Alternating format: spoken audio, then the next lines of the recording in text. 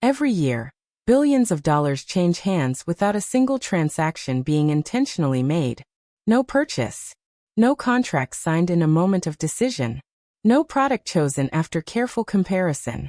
Just a quiet, ordinary moment of human forgetfulness. And somewhere, a company's revenue column grows. The industry built on what people forget is larger than most governments acknowledge, more profitable than most consumers suspect, and more deliberately engineered than anyone has publicly admitted.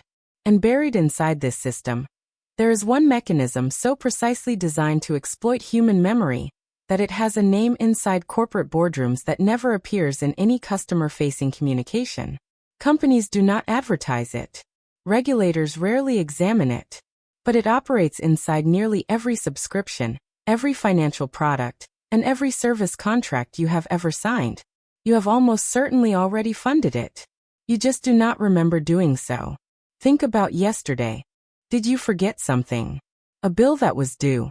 A subscription you meant to cancel 3 months ago. A free trial you signed up for and never used. A gym membership you stopped attending but never formally ended. Most people, if asked directly, could name at least one financial commitment running quietly in the background of their lives, drawing money from accounts, accumulating interest, generating fees, that they have simply stopped thinking about. And that act of stopping thinking about it is worth more to certain companies than any deliberate purchase you will ever consciously make. Human forgetfulness is not a flaw that businesses work around. For a significant portion of the global economy, it is the core product. The forgotten thing is the revenue.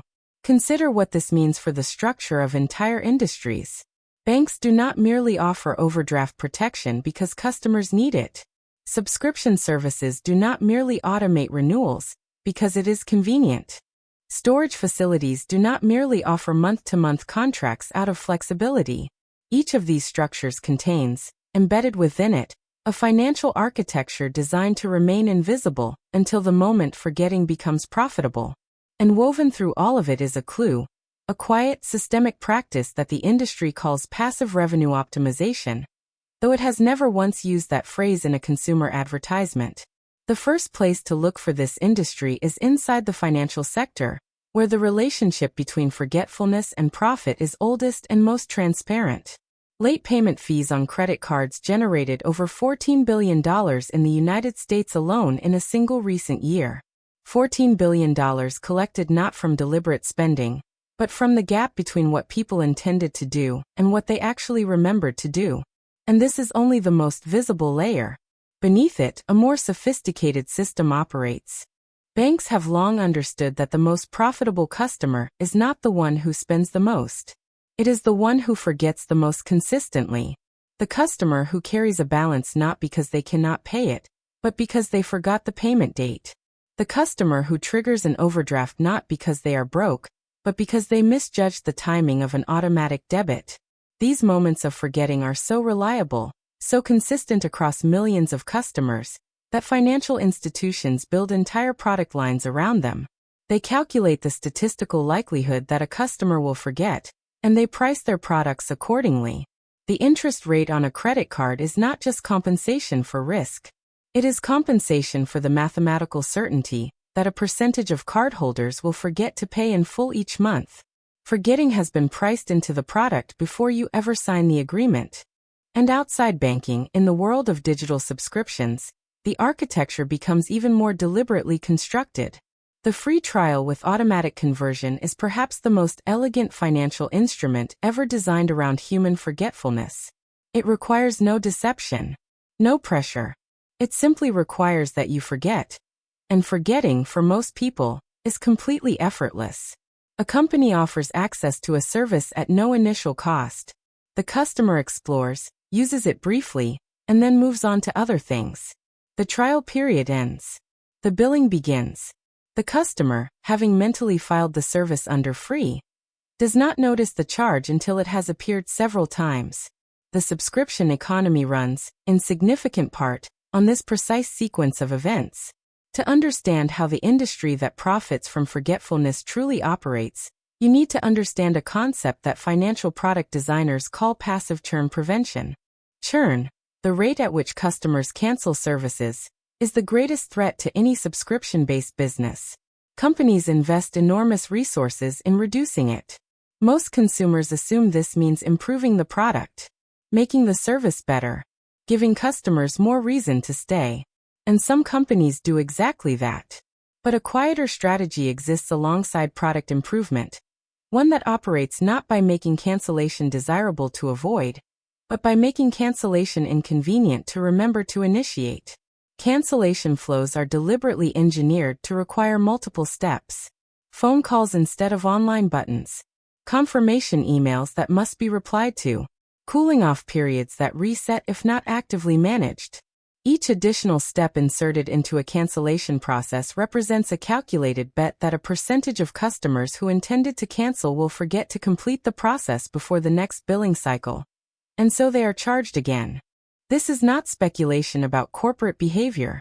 It is a documented design discipline with its own vocabulary, studied in business schools and practiced by product teams at companies serving hundreds of millions of customers worldwide.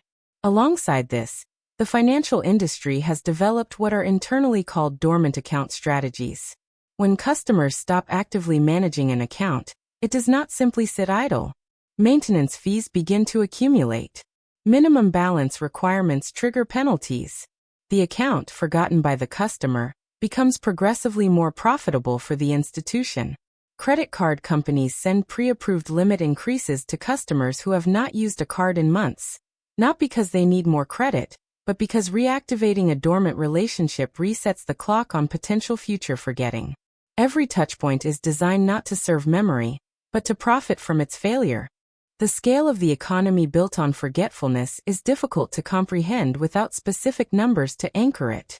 In the United States, consumers collectively waste an estimated $49 billion annually on unused subscriptions and memberships. Not canceled memberships. Not deliberately maintained ones. Unused ones. Services that people are paying for every month without receiving any value, simply because the cancellation never became urgent enough to remember. In the United Kingdom, similar research suggests that the average adult holds at least 3 forgotten subscriptions at any given time. Globally, the subscription economy is valued at over $600 billion and growing. Analysts who study it estimate that between 15 and 30% of all subscription revenue comes from customers who are not actively using the service they are paying for. That is between $90 and $180 billion annually. Generated not from satisfied customers who value the product, but from the inertia of people who simply have not gotten around to canceling. Beyond subscriptions, late fees and penalties across banking, utilities, and government services add hundreds of billions more. The Federal Reserve has estimated that American households pay approximately $30 billion per year in bank overdraft and non-sufficient funds fees. Utility companies collect billions in late payment penalties. Municipal governments generate significant portions of their operating revenue from parking fines, library fines, and administrative penalties, the majority of which result not from deliberate rule-breaking, but from people forgetting a deadline, a meter, a return date. In some cities, fine revenue has exceeded property tax contributions as a percentage of the municipal operating budget. The economy of forgetfulness is not a marginal phenomenon. It is structural. It is foundational. It runs through the financial architecture of daily life like a wire hidden inside a wall. Invisible, but carrying a constant current. Now return to that quiet phrase introduced at the beginning of this investigation. Passive revenue optimization. It sounds neutral, technical, almost bureaucratic. And that is precisely the point. Inside corporate strategy documents and product design meetings, this phrase describes the deliberate engineering of systems that generate revenue without requiring any active decision from the customer. The customer does not choose to pay. They simply fail to choose not to pay. The distinction is everything. Active revenue requires a company to persuade a customer to make a purchase. Passive revenue requires only that the company remove enough friction from the billing process and add enough friction to the cancellation process that the customer's inertia becomes the payment mechanism. This is unusual not because it is rare, but because it is so thoroughly normalized that most people experience it dozens of times per year without ever naming it. Why does a gym membership require written notice 30 days in advance to cancel, but can be signed up for in under 2 minutes? Why does a streaming service offer a one-click subscribe button, but require navigating 4 separate screens to unsubscribe? Why do banks process debits instantly but credit deposits with a 1 to 3 business day delay? A delay that has no technical justification, but does have a statistically significant effect on overdraft frequency. Each of these is a passive revenue mechanism, converting human forgetfulness into corporate income, consistently, quietly, and at enormous scale. Here is the full truth that connects every thread of this story. Passive revenue optimization is not a side effect of how modern services are designed. It is, in many cases, the primary financial model. When a software company offers a 14-day free trial with no credit card required, they are building goodwill. When they offer a 14-day free trial with a credit card required, they are building a passive revenue engine. The credit card is not collected for billing purposes alone. It selects for customers willing to risk forgetting to cancel. Customers statistically more likely to convert into passive subscribers. This is why technology companies spend millions of dollars studying what they call friction asymmetry, the deliberate difference in ease between joining and leaving a service.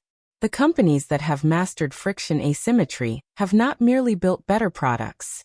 They have built better forgetting machines. Systems so frictionless on entry and so labyrinthine on exit that the customer's path of least resistance is always to remain, to pay, and to forget that they ever meant to leave. And they have done so legally, within terms of service that customers agreed to, inside a regulatory environment that has historically been slow to treat forgetfulness as something requiring consumer protection. The industry exists because human memory is imperfect. It thrives because that imperfection has been deliberately, systematically, and profitably exploited. So the next time you glance at a bank statement and notice a charge you do not immediately recognize, pause before you scroll past it. That charge may be the most honest glimpse you will ever get into how a multi-hundred-billion-dollar global industry actually operates. It does not run on innovation. It does not run on satisfaction. It runs on the quiet, inevitable gap between what you intended to do and what you remembered to do.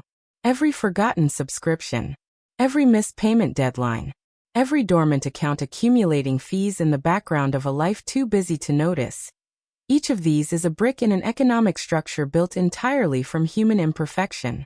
The industry that exists because people forget things did not come into being by accident.